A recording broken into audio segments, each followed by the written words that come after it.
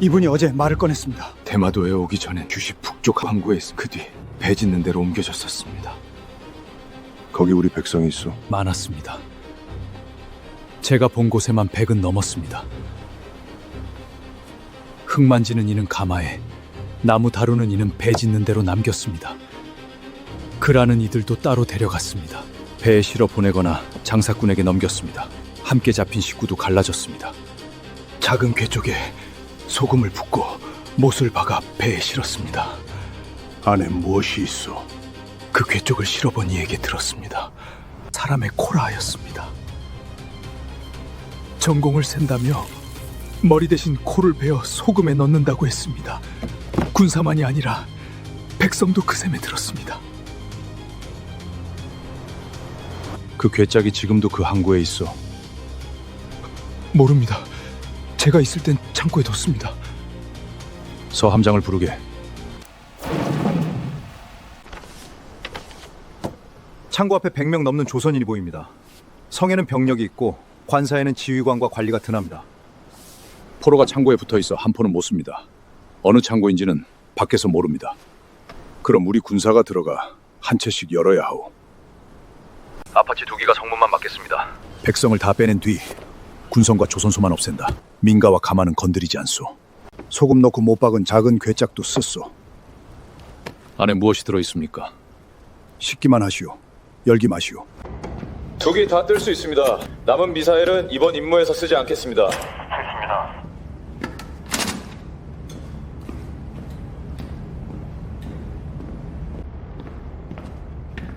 성문 앞만 막는다. 성 안으로 들어가는 사격은 없다. 기관포만 제한해서 쓰겠습니다.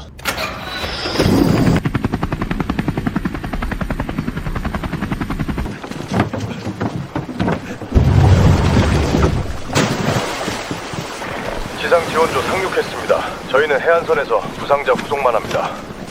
들것 수물입니다. 더 많으면 계속 실어 나릅니다. 해안선 밖으로 나가지 마. 들것과 물만 맡아.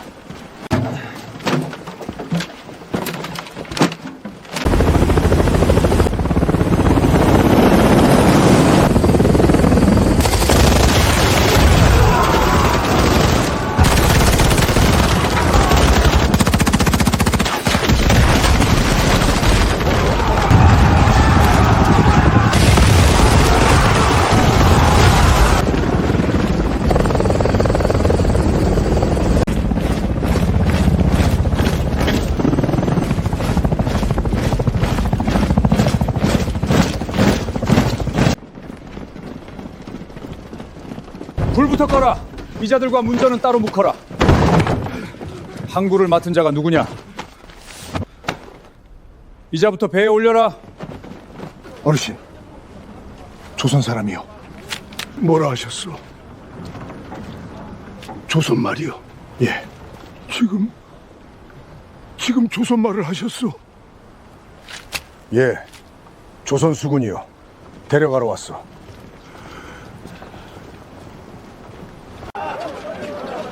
다른 창고의 이들도 여기로 옵니까? 찾은 사람은 모두 이 부도로 옵니다. 배는 조선으로 갑니다.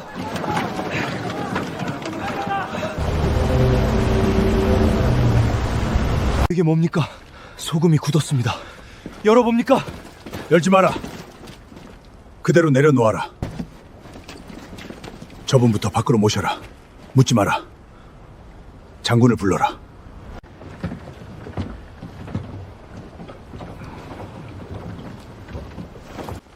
부대 이름과 전공수를 확인한 문세가 여러 장입니다. 코를 베는 데서 끝난 일이 아니었습니다. 세고, 적고, 확인했어. 상자는 열지 마라. 소금도 뭣도 그대로 둔다. 종이까지 함께 쌌게. 상자만 가져가면 몇을 샀는지 누가 확인했는지 남지 않소. 구출 100서루둘. 2명은 숨졌고 1명은 아직 확인 중입니다. 해안 다시 확인해. 괴짝과 문저, 항구 지휘관과 관리 둘은 모두 실었습니다. 군선, 조성소, 군수창고만 태워라. 성안 지휘부까지 치면 지금 끝낼 수 있습니다. 끝났으면 나간다.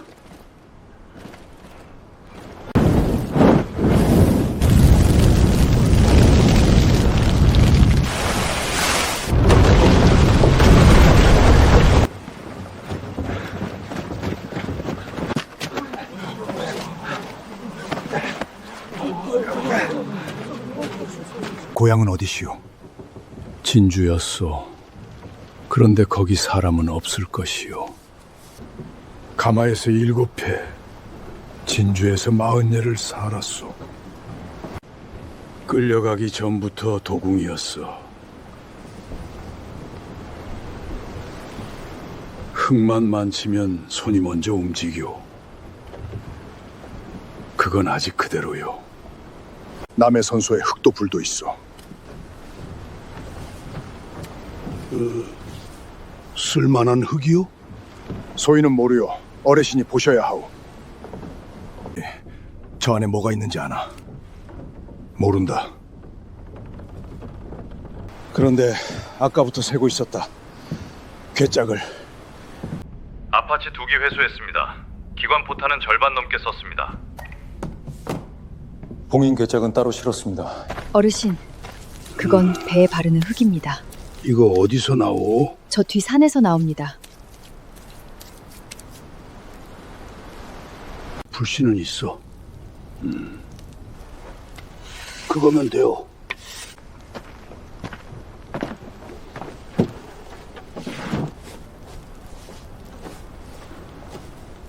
원본은 손대지 말고 그대로 두게. 그리고 베껴 두게. 여러 벌 만들어 서로 다른 곳에 두게. 불 한 번이면 원본은 끝이오. 오늘 밤부터 하겠습니다. 돌아온 일을 백성에게 알리시오. 어명 없이 도해한 공도 알려지옵니다. 그 공은 빼시오. 사람이 돌아왔다고 아뢰시오. 부산 포구에서 아내와 따로 팔려갔습니다. 그 뒤 못 봤습니다. 이름과 고향을 적으시야. 다른 귀하자가 오면 먼저 확인하겠소. 장군님, 그 괴짝이 무엇이었는지 들었습니다. 코를 세웠어. 군사 아닌 백성도 그 숫자에 넣었어. 제 시대에는 그때 보내진 코를 묻은 무덤이 교도에 남아 있습니다. 400년 뒤에도? 예, 그럼 기록도 더 남겨야겠소.